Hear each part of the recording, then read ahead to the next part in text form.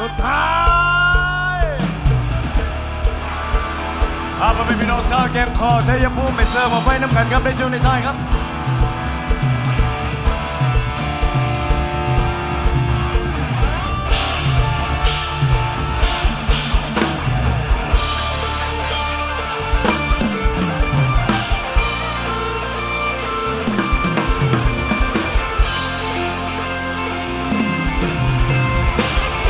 ร้องได้ช่วยกันครับ two three โอ้ฮะโอ้ฮะโอ้ฮะ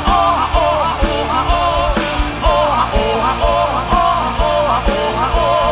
โอ้ฮะโอ้ฮะโอ้ฮะโอ้ฮะโอ้ฮะโอ้ฮะโอ้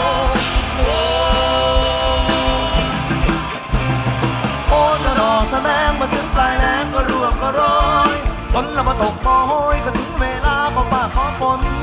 คนละที่อยู่เมืองไกลคิดถึงบ้านมอที่จากไปโดนนะโอ้ฮะโอ้